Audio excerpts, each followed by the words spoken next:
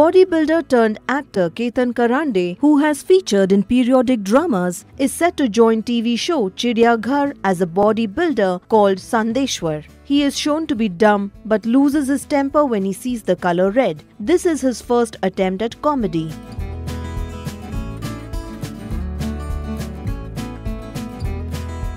He stated, "I started going to the gym when I was 14 and got hooked to bodybuilding. In 1997, when I turned 19, I participated in my very first competition and won the first prize. That gave me the confidence to compete on the state level, where I won the second prize. A year later, I competed at the national level, where I came 6th. It was a dream come true for me." The actor follows his diet and workout plan religiously. "I consume a protein-rich diet consisting of egg, milk, etc.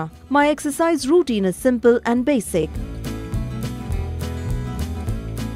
I focus on one body part a day. I have never missed out on my exercising and work out at least 2 hours every day," added Ketan.